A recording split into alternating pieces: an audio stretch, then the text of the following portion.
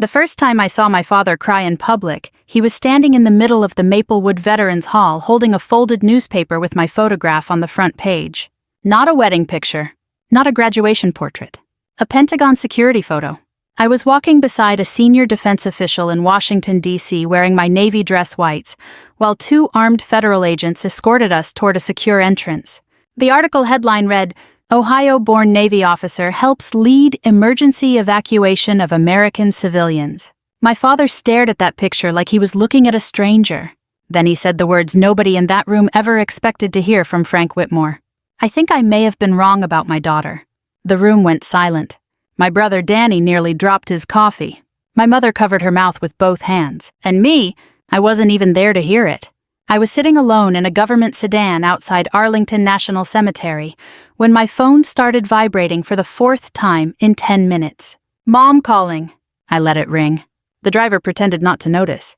Outside the window, November rain slid slowly down rows of bare trees and white headstones. Washington always looked colder than Ohio, even when the temperatures matched. Maybe because everybody there carried invisible things on their shoulders. Finally, my phone buzzed again. This time it was a voicemail. "Rebecca," my mother said softly, "please call us back. We need to talk. Family meeting tomorrow." Family meeting? I almost laughed out loud. For 38 years, nobody in my family had ever called a meeting when I was hurting. Not when I left for Annapolis. Not during deployments. Not after Grandma Eleanor died. But one newspaper photo later, suddenly everybody wanted to talk. I leaned back against the seat and closed my eyes. And just like that, I was 12 years old again. Back in Maplewood, Ohio. Back before I understood that some families can love you and still never truly see you. Maplewood was the kind of small Midwestern town where people still mowed lawns in straight lines and waved at strangers from pickup trucks. My father worked 32 years at the Champion Tool Factory before they downsized half the plant in the early 2000s. My mother worked part-time at the church office. We weren't poor, but every dollar had a purpose. My brother Danny fit naturally into that world. Football captain, loud laugh, easy confidence, the kind of man people slapped on the back at barbecues. I was quieter. Books, school, structure. And from the time I was little, my father looked at me like I was built wrong somehow. Not bad, just disappointing. Danny could bring home a C- report card and Dad would say, "That boy's got people skills. That matters more than grades." I once brought home straight A's and a county writing award. Dad nodded without looking up from the television. "That's nice, Becca." That was it. That's nice. You'd be surprised how long a little sentence can live inside somebody. By high school, I stopped expecting applause. But my grandmother Eleanor noticed everything. Grandma lived in a small white house near the edge of town, with wind chimes hanging from the porch, and old military photographs tucked into drawers she rarely opened. Most people in Maplewood only knew her as a church volunteer who baked peach cobbler for funerals. What they didn't know was that Eleanor Whitmore had once been an army nurse in Korea. She never bragged about it. Never wore veteran hats. Never marched in parades, but sometimes late at night she'd sit at the kitchen table with coffee and tell me stories in a voice so calm they almost hurt more. Young boys missing legs. Soldiers crying for mothers. Cold mornings near field hospitals. "Service isn't glamorous," she told me once while polishing an old pair of military shoes. "Most important work happens quietly." I think she knew I needed to hear that, because by 16 I'd already learned my father measured worth in noise. And I wasn't noisy enough. The worst moment came my junior year of high school. Dad was outside grilling burgers while neighbors stood around drinking beer in our backyard. I was carrying empty soda cans inside when I heard one of the men ask about my college plans. Dad laughed. "Becca's smart, sure, but nobody builds a real legacy sitting behind military paperwork." Everybody chuckled politely. I stood frozen in the kitchen doorway. Military paperwork. Like my dream already sounded foolish before it even began. That night, Grandma Eleanor drove me to Dairy Queen and listened while I cried in the passenger seat. She didn't insult my father. Didn't tell me life was unfair. She just handed me a napkin and said something I never forgot. "Don't argue with people who can't see your worth. Just keep walking until the world does." Years later, those words followed me through every difficult mile of my life. Through Annapolis. Through deployments. Through lonely apartments. Through holidays spent on military bases while Danny posted smiling family photos from backyard cookouts back home. And through the phone call that finally broke something open between my father and me. It happened 3 weeks before my promotion ceremony outside Washington. I stood in my apartment kitchen staring at the invitation while working up the courage to call home. I should have known better at 38 years old. But part of me still hoped. Dad answered on the third ring. "What's going on, Rebecca?" I explained carefully. "Promotion ceremony. Commander rank. Small event near DC. Would mean a lot if they came." Long silence. Then his voice hardened. "Nobody cares about your cheap little promotion." I felt something inside me go completely still. My mother got on the line briefly afterward. "You know your father doesn't mean things harshly. But he did mean them." That was the problem. The ceremony happened anyway. Rows of white uniforms. Brass music drifting through cold air. Official speeches. Applause. Other officers hugging parents and spouses while cameras flashed. I stood alone afterward holding my cap under one arm, until I felt an old hand squeeze my shoulder. Captain Harold Bennett, 80 years old. Former Army medic. One of Grandma Eleanor's oldest friends. "She'd be proud of you," he said quietly. I nearly lost composure right there. Because sometimes a single sentence from the right person matters more than praise from everybody else combined. 3 months later, the Pentagon assignment changed my life. Then came the newspaper photo. Then came my mother's call. And now, sitting outside Arlington Cemetery with rain tapping softly against the car window, I finally listened to the voicemail again. "We need to talk. Family meeting tomorrow." I looked toward the cemetery gates and whispered the words I wished Grandma Eleanor could hear. "You were the only one who saw me before the world did." Then I told the driver to take me home to Ohio. By the time I crossed the Ohio state line, the trees had already turned the dull brown color that comes right before winter settles in for good. I hadn't driven home in nearly 8 months. Long enough for the roads to feel familiar and distant at the same time. The farther west I drove from Washington, the quieter everything became. Less traffic, fewer sirens, more pickup trucks with veteran bumper stickers and rust forming around the wheel wells. I rolled the window down near Zanesville just to smell cold farmland again. People who grow up in small towns understand this feeling. No matter how far you go, part of your nervous system stays tied to old roads and grain silos and church bells. But as Maplewood got closer, my stomach tightened harder with every mile marker. Because deep down I knew this family meeting wasn't really about reconciliation. It was about recognition. And there's a difference. When I finally pulled into town, the first thing I noticed was the Christmas wreaths already hanging from downtown lampposts, even though Thanksgiving was still 2 weeks away. Maplewood always decorated early. The second thing I noticed was that people were staring at me. At the gas station. At the pharmacy parking lot. Even through diner windows. That newspaper article had traveled fast. Small towns survive on gossip the way cities survive on electricity. I stopped at Miller's Pharmacy to grab aspirin after the drive, and before I even reached the counter, old Mrs. Granger from church grabbed my arm. "Well, look at you," she said, smiling wide. "Pentagon and bodyguards now." I forced a polite laugh. "Mostly paperwork and coffee, honestly." She shook her head.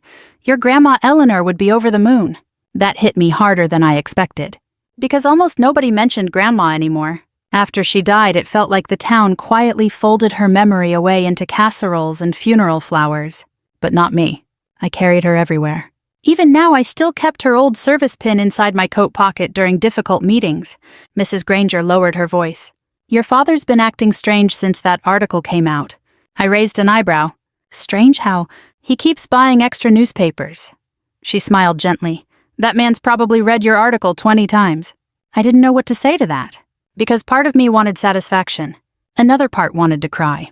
And another part, the tiredest part, just wanted everyone to stop making my worth sound surprising. I left the pharmacy and drove slowly toward my parents' neighborhood. Nothing there had changed. Same cracked sidewalks, same American flags hanging from porches, same little ranch houses built for factory families back when people believed one steady job could carry a household forever. Danny's truck was already parked outside Mom and Dad's house when I arrived. Of course it was. My older brother never missed a chance to control a room. I sat in my car for nearly 2 minutes before getting out. The November wind cut straight through my coat. And suddenly I remembered being 18 years old, standing in this exact driveway with 2 suitcases before leaving for Annapolis. Dad barely hugged me that day. Mom cried. Danny joked that I'd come home in 6 months begging for real food. Only Grandma Eleanor looked at me like she understood what it cost to leave home for service. I can still hear her final words before I climbed into that shuttle bus. "Walk steady. Not be fearless. Not be perfect. Just walk steady." The front door opened before I reached it. My mother rushed outside first. "Oh my goodness," she whispered, wrapping her arms around me. "Rebecca." She hadn't called me Rebecca with tenderness in years. Usually it was just Becca shouted across noisy family dinners. I hugged her back carefully. She smelled like hand lotion and cinnamon candles. For one brief second, I almost allowed myself to believe this visit might actually heal something. Then Danny appeared behind her. "Well," he said loudly, "look who finally remembered us little people." There it was. The old rhythm. Sarcasm disguised as humor. I forced a small smile. "Good to see you too." Danny stepped forward and hugged me quickly, but something about it felt performative. Like he was already imagining himself telling people about his Pentagon sister at the bar later. Inside the house buzzed with noise. Aunts, cousins, even neighbors. I stopped dead near the living room doorway. "You invited people?" I asked quietly. Mom looked nervous immediately. "Well, folks were excited you were coming home."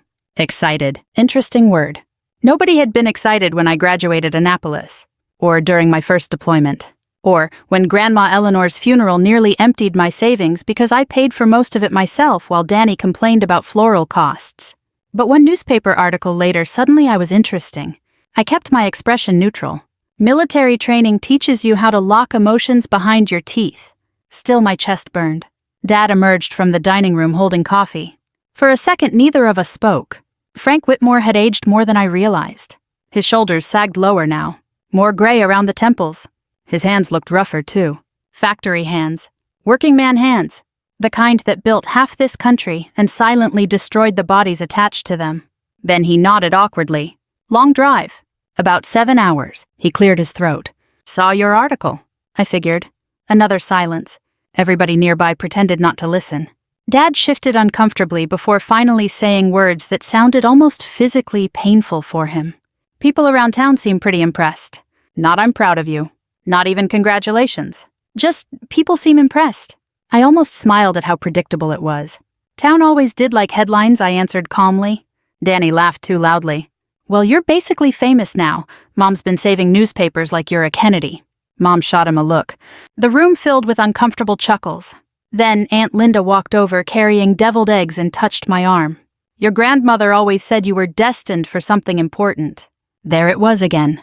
Grandma Eleanor. The only person whose faith in me never changed with public opinion. I looked around the crowded living room. Football game playing softly on television. Cheap folding chairs pulled from the garage.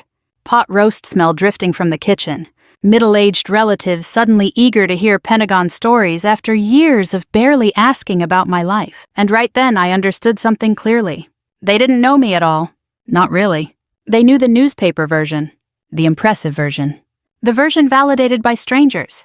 But nobody in this room knew how many nights I cried alone after deployments, how many holidays I spent eating microwave dinners on base, how hard I worked to become someone my father still couldn't quite say he respected. Then the front door opened again. Cold air swept inside, and when I saw who stepped through that doorway holding an old leather satchel in his weathered hands, my heart nearly stopped. Captain Harold Bennett, Grandma Eleanor's old Army medic partner, 82 years old and still standing straight.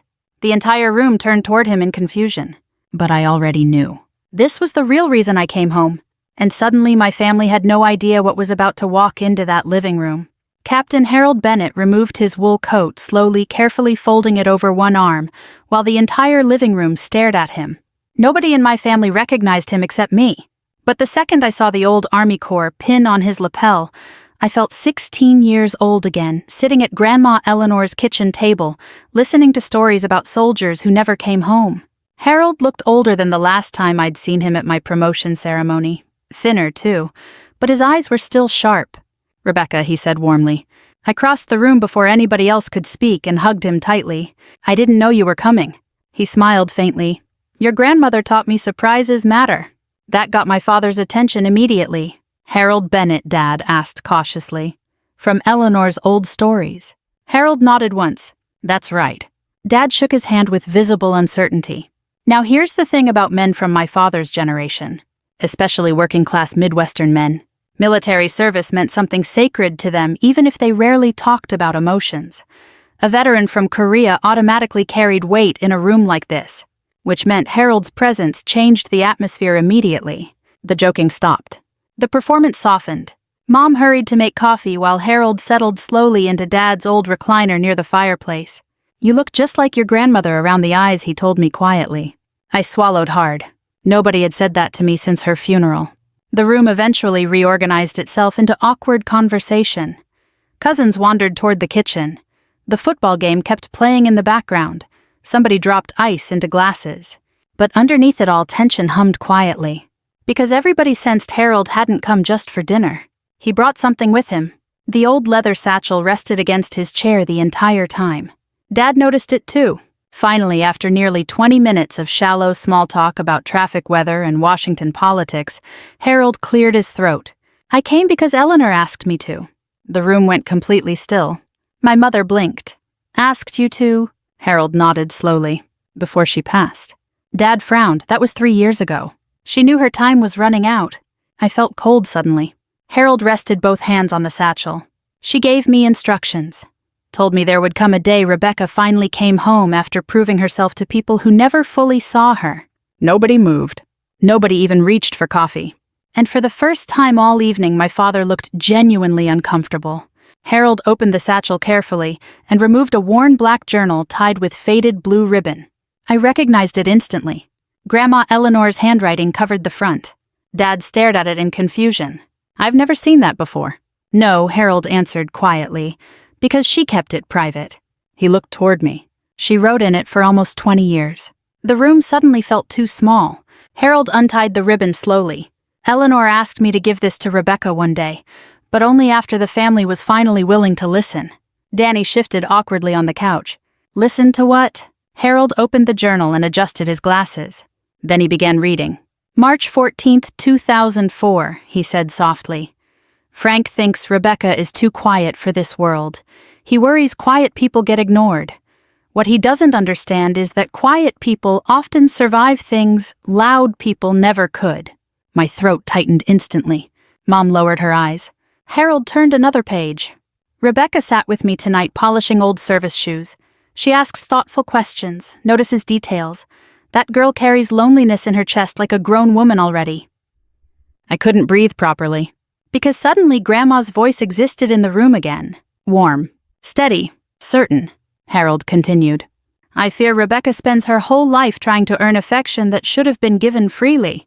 Dad looked down at the carpet. Danny folded his arms defensively. Nobody interrupted. Outside, wind rattled dry leaves across the porch. Harold read another passage. "Frank praises confidence because he understands confidence. But Rebecca's strength is different. Hers is endurance." That sentence nearly broke me. Because somebody had finally named it correctly.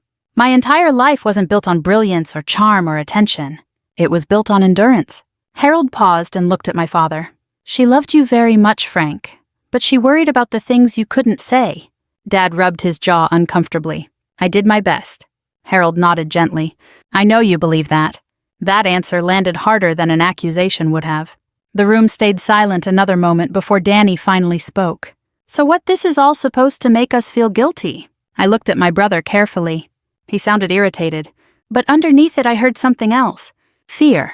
Harold closed the journal halfway. "No, Eleanor hated guilt.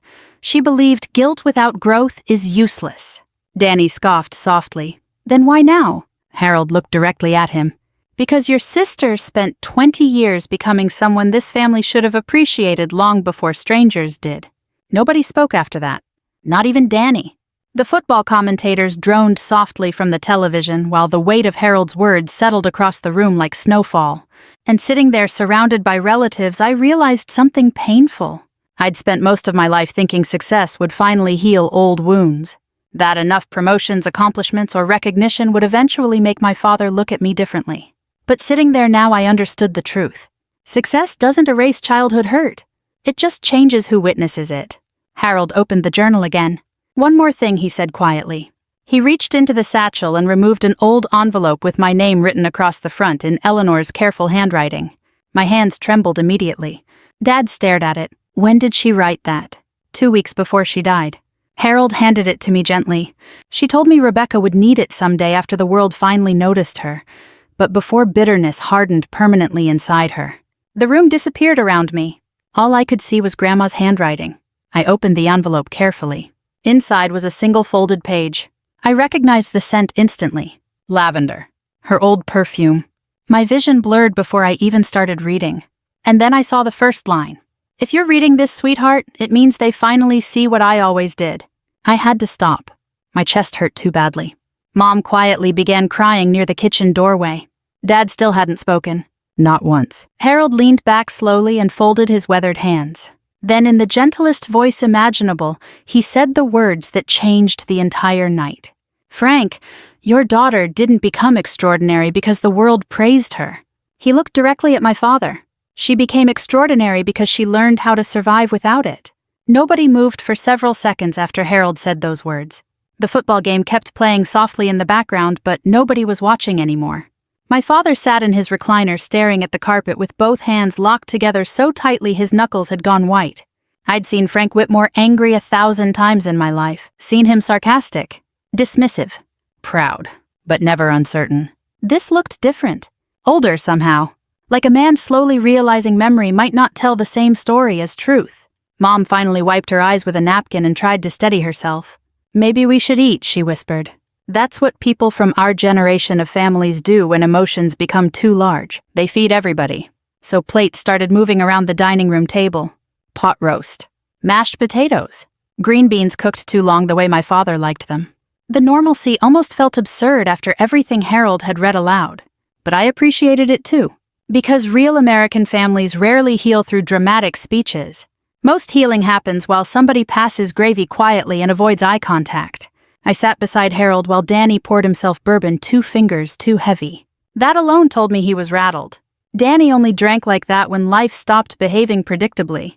Across the table, Dad finally looked toward me. You never said Harold was still around. I kept my tone calm. You never asked. The words landed harder than I intended. Dad lowered his eyes immediately. Mom jumped in quickly. Your father didn't mean... I know what he meant, I answered gently. And I did. That was the problem.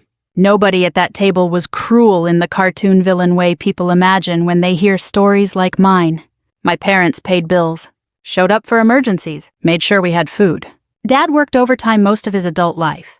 Mom packed lunches and folded laundry and drove us to dentist appointments. From the outside, we looked like a perfectly decent American family. But emotional neglect rarely looks dramatic from the street. It looks ordinary. That's why people miss it for years. Dinner moved awkwardly at first. Silverware scraping plates, small talk trying desperately to survive. Finally, Danny leaned back in his chair and exhaled loudly. So, what exactly do you do over there, he asked me, at the Pentagon. I almost laughed. Because in 38 years, my brother had never once shown genuine curiosity about my career until strangers started admiring it. Mostly coordination work, I said.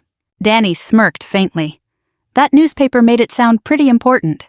Harold glanced at him carefully. Some work matters even when nobody sees it. Danny took another sip of bourbon. Well, apparently everybody sees it now. There it was again, that edge in his voice.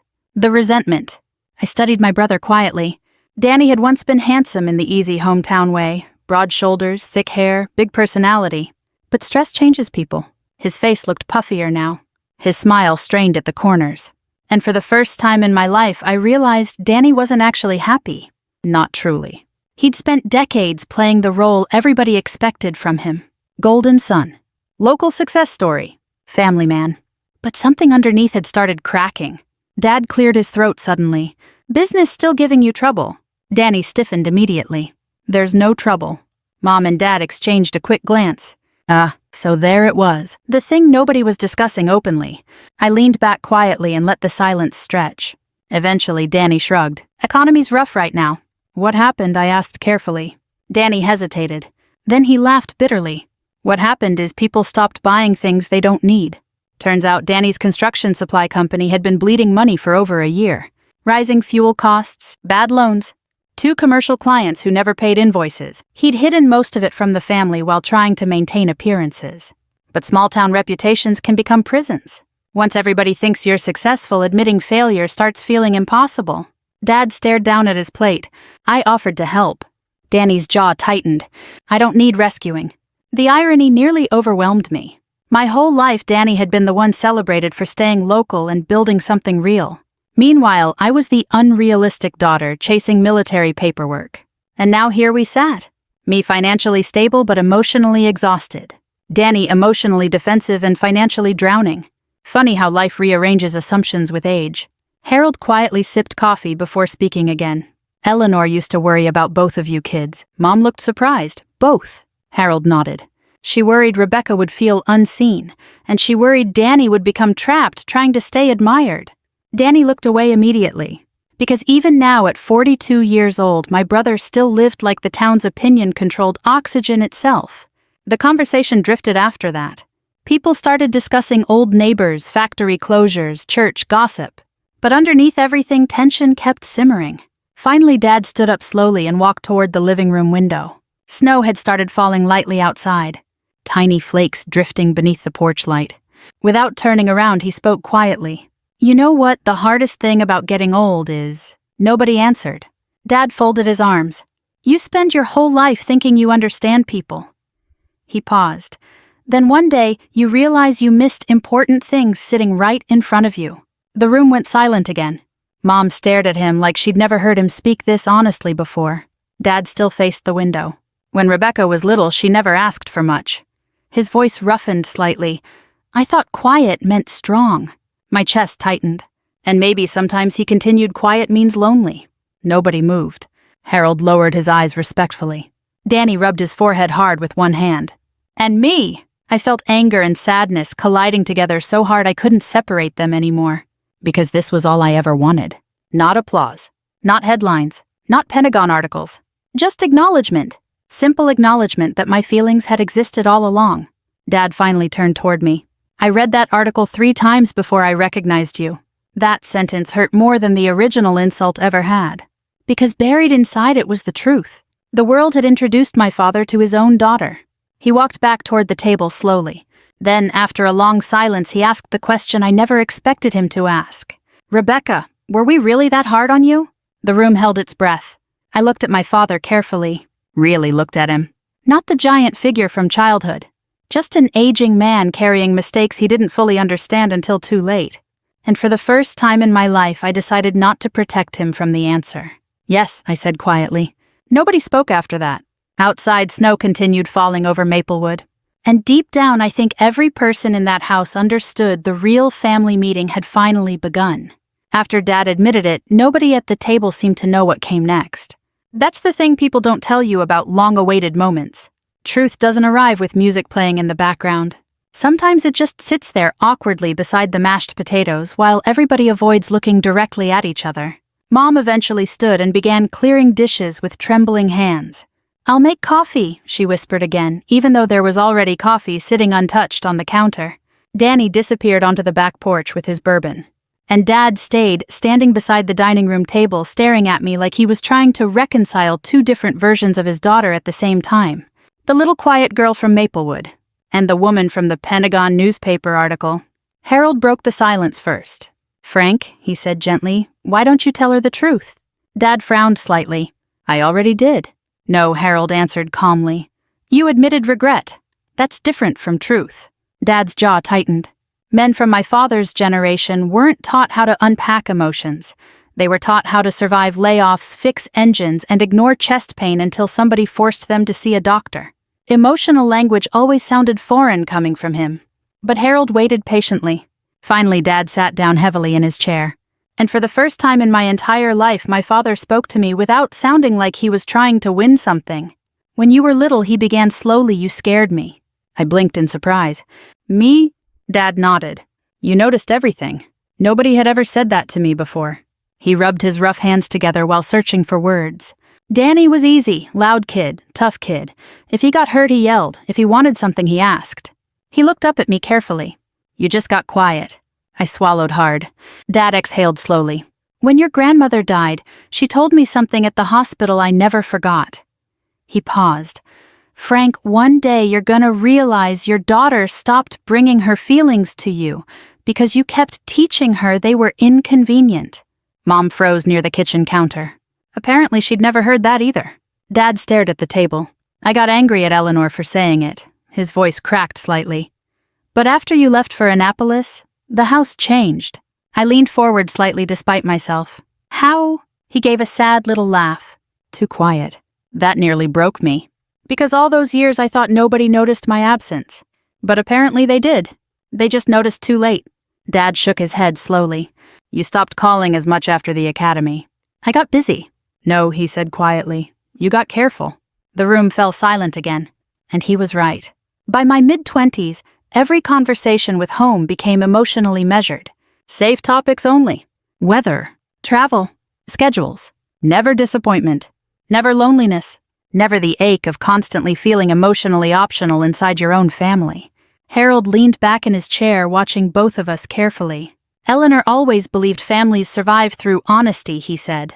Danny suddenly walked back inside from the porch. Well, honesty's easy for dead people, he muttered. Mom immediately frowned. Danny! No, seriously, he continued, dropping into his chair again. Everybody's acting like Becca had this horrible childhood. I looked at him calmly. I never said horrible. But that's what everybody's implying. His face flushed red now, bourbon sharpening his emotions. We had food, Christmases, vacations sometimes. Dad worked himself half to death for us. I know that. So what exactly are we apologizing for? There it was, the question hanging over the whole night. What counts as damage when nobody hit you? I folded my hands together carefully. Do you remember my high school graduation? I asked him. Danny shrugged. Sure. Dad missed it because your baseball tournament got rescheduled. Danny rolled his eyes slightly. That was one thing. It was a lot of things. He opened his mouth again, but I kept going. When I got accepted into Annapolis, Dad told neighbors he hoped I'd grow out of military fantasies. Danny shifted uncomfortably. When I made lieutenant, nobody came to the ceremony. Mom whispered softly. We couldn't afford the travel. I looked at her gently. You flew to Cancun for Danny's anniversary 2 years later. That one landed hard.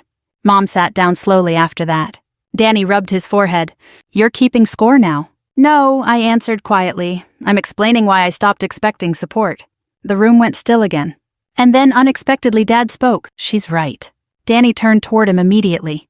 Dad. No, Dad shook his head. She's right. Hearing my father say that out loud felt surreal. He looked exhausted now. Older than I'd ever seen him. I spent years thinking toughness meant treating everybody the same, he said. But kids aren't the same. Danny needed pushing. Rebecca needed encouragement. I felt tears threatening finally. Not because the pain disappeared, but because somebody was finally naming it correctly. Dad stared at me across the table. You know the worst part. I said nothing. I thought I was preparing you for disappointment. His voice roughened.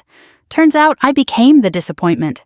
Nobody moved. Even Danny stayed quiet after that. Then Harold reached into his satchel again. There's something else Eleanor wanted Rebecca to have. He removed a small stack of papers clipped together. Old documents, typed forms, letters. I frowned in confusion. What is that? Harold smiled faintly. Your scholarship application. I blinked. My what? The military scholarship that helped pay for your academy preparation program. I stared at him. I thought the foundation selected me. They did. Harold nodded. But Eleanor recommended you. The room froze. Dad looked stunned. Eleanor did what? Harold handed me the papers. She contacted former service connections quietly, told them her granddaughter had discipline, intelligence, and grit. My hands trembled, turning the pages. There it was. Grandma's signature. Letters of recommendation. Handwritten notes praising me in ways nobody else ever had. She never told me, I whispered. She didn't want you feeling indebted, Harold answered. She wanted you believing you earned it. My vision blurred again. All these years, Grandma had been protecting my future behind the scenes while I thought I climbed alone. Dad suddenly covered his eyes with one hand. And when he finally spoke, his voice sounded smaller than I'd ever heard it. She believed in you more than I did. I looked at my father quietly. Then I answered with the deepest truth I knew. She had practiced seeing people clearly. The next morning, I woke before sunrise in my old childhood bedroom. For a moment, lying there under the faded quilt my mother had sewn sometime in the early 90s, I forgot where I was. Then I heard the furnace rattling through the walls, smelled coffee downstairs, and remembered everything. The family meeting, Grandma's journal, Dad admitting the truth. I stared at the ceiling for a long time before getting up. Outside the window, fresh snow covered Maplewood in soft white silence. The whole town looked gentler after snowfall, cleaner somehow. Funny how winter can make even old pain seem quieter for a few hours. I pulled on jeans and a sweater and walked downstairs expecting tension. Instead, I found my father alone at the kitchen table. No television. No newspaper. just coffee cooling beside his hands. He looked up when I entered. Morning. Morning. For years, conversations between us had always felt crowded with invisible things. Expectations, defensiveness, old disappointments stacked like furniture nobody wanted to move. But this morning felt different. Still uncomfortable. Still fragile. But honest. Dad gestured toward the coffee pot. Fresh if you want some. I poured myself a cup and sat across from him carefully. For a while, neither of us spoke. Then Dad cleared his throat. Couldn't sleep much. Me neither. He nodded like that made sense. Because maybe it did. Some truths rearrange your entire memory overnight. Finally, he looked at me directly. You really paid for most of your grandmother's funeral? There it was. One of the many quiet facts nobody ever asked about. I stirred cream into my coffee slowly. Danny was struggling financially back then. That's not what I asked. I met his eyes. Yes. Dad leaned back heavily in his chair. I didn't know. And for once I believed him. Not because he never could have known, but because nobody in this family had trained themselves to notice my sacrifices. I'd become too self-sufficient for my own good. That happens to a lot of women from my generation. You get praised for handling everything alone long enough that people stop imagining you might need help too. Dad rubbed his jaw slowly. Your mother told me you flew home 3 times while Eleanor was sick. I had leave saved up. You never mentioned how hard that was. I almost smiled sadly. You never asked. He nodded once like a man accepting a sentence he couldn't appeal. The kitchen clock ticked softly between us. Finally, Dad said something that surprised me. I used to think your grandmother spoiled you. I raised an eyebrow. She taught me discipline. She taught you confidence, he corrected quietly. And I didn't understand it. He stared down into his coffee. My father believed praise made people weak. There it was again. The inheritance nobody talks about enough. Not money. Not land. Emotional habits. Frank Whitmore had spent his entire life repeating lessons he never consciously chose. And somewhere along the way he'd mistaken emotional distance for strength. Dad exhaled slowly. When you were little, every time you cried, I thought I was supposed to toughen you up. My throat tightened instantly. You know what Eleanor told me once, he continued. Frank, not every child needs hardening. Some already carry too much inside them. I looked away toward the frosted kitchen window before tears could form. Because Grandma had understood me before I understood myself. The back door suddenly opened. Danny walked in wearing his old work jacket and carrying the smell of cold air with him. He looked exhausted. Like he hadn't slept at all. Morning, he muttered. Dad nodded. Danny grabbed coffee, then stood awkwardly near the counter before finally speaking. I got a call from the bank. Dad's expression darkened immediately. How bad? Danny laughed humorlessly. They're giving me 60 days. The room fell silent. He stared into his cup. I might lose the warehouse. For years, Danny had been the family success story. Local business owner. High school sports legend. The son who stayed. And suddenly he looked just as frightened as I'd felt at 22 sitting alone in military housing during my first deployment. Different circumstances. Same loneliness. Dad stood slowly. We'll figure something out. Danny shook his head immediately. No, I'm done pretending I've got everything handled. That surprised me more than anything. Because pride runs deep in families like ours. Especially among men. Danny finally looked directly at me. You want to know something awful? I stayed quiet. I hated that newspaper article. The honesty in his voice stunned the room. Danny laughed bitterly. Everybody in town suddenly talking about my little sister like she's some hero. He rubbed his forehead. And all I could think was, when did she become the successful one? Dad frowned sharply. Danny. No, let him talk, I said quietly. Danny swallowed hard. You escaped this place. His eyes reddened slightly. I stayed because everybody said I was the one who'd build something here. Nobody interrupted. Then your picture ends up in the paper looking important as hell while my business is falling apart. And there it was. Not hatred. Not cruelty. Just shame. Ugly, ordinary shame. The kind that quietly poisons families for years. Danny sat down heavily across from me. I kept waiting for you to fail, he admitted softly. Because if you failed too, then maybe staying here wouldn't feel like such a mistake. The room went completely still. I looked at my brother carefully, and for the first time in decades I saw him clearly too. Not the golden child. Not Dad's favorite. Just another aging person terrified his life hadn't become what he promised himself it would. Mom entered the kitchen halfway through the silence and immediately sensed the emotional wreckage in the room. What happened? Dad answered quietly. We finally stopped lying. Mom sat slowly beside him. Nobody spoke for nearly a full minute. Then I reached into my coat pocket and removed Grandma Eleanor's old Army service pin. I placed it carefully in the center of the kitchen table. Everybody stared at it. She used to tell me something before every deployment, I said softly. Dad looked at the pin like it carried her ghost. What? I took a slow breath. She said strength isn't measured by how long you hide pain. My voice trembled slightly. It's measured by what you choose to do after pain changes you. Nobody moved. Outside church bells rang softly somewhere across snow-covered Maplewood. And sitting there in my childhood kitchen beside the family that once made me feel invisible, I finally realized something unexpected. I didn't come home for revenge anymore. I came home because Grandma Eleanor spent her whole life teaching me not to become bitter. And now it was finally time to show my family what she left behind.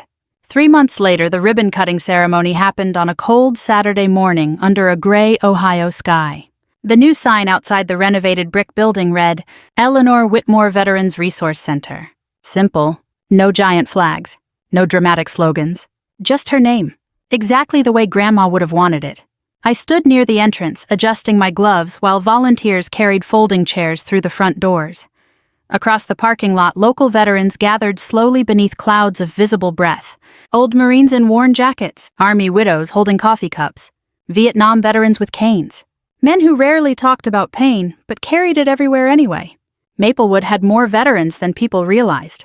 Small towns usually do. They just suffer quietly. That morning, for the first time in years, I felt Grandma Eleanor everywhere. In the cold air. In the smell of fresh coffee drifting from the lobby. In the careful way volunteers arranged donated winter coats near the counseling office. She believed service only mattered if it continued helping people after applause disappeared. And somehow, despite everything, we had managed to build something worthy of her name. Harold stood beside me wearing his old army overcoat and a dark wool scarf. You nervous? He asked. A little. He smiled faintly. Good, means you care.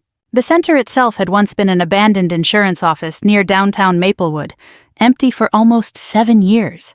Now it held grief counseling rooms, benefit assistance offices, transportation scheduling for elderly veterans, and weekly support meetings for military spouses and widows. Nothing glamorous. Just practical help.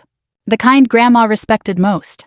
Dad arrived early carrying 2 boxes of donated blankets from church. That alone would have shocked the old version of me.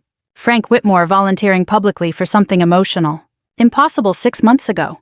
But people can soften if life humbles them enough. He set the boxes down near the lobby and glanced around quietly. Looks good. I smiled slightly. Thank you. Dad shoved his hands into his coat pockets awkwardly. Then he nodded toward the sign outside. Your grandmother would have liked this better than statues or speeches. She hated speeches. Dad chuckled softly. She hated long speeches. That tiny moment standing together joking gently about Grandma healed more in me than some dramatic apology ever could. Danny arrived next, carrying trays of pastries from the local bakery. His business still wasn't fully stable, but something inside him had changed after that night in the kitchen. He looked lighter now, less defensive. Turns out honesty exhausts people at first, but eventually it frees them. Coffee guy canceled, he announced, so I brought extra pastries to distract everybody. Mom rolled her eyes affectionately. There are enough cinnamon rolls here to feed a football stadium. Danny shrugged. Trauma response. Even Dad laughed at that. And hearing my father laugh with both his children instead of comparing us felt strangely unfamiliar. Beautiful, but unfamiliar. By 10 o'clock, nearly 80 people had gathered inside and outside the center. Far more than expected.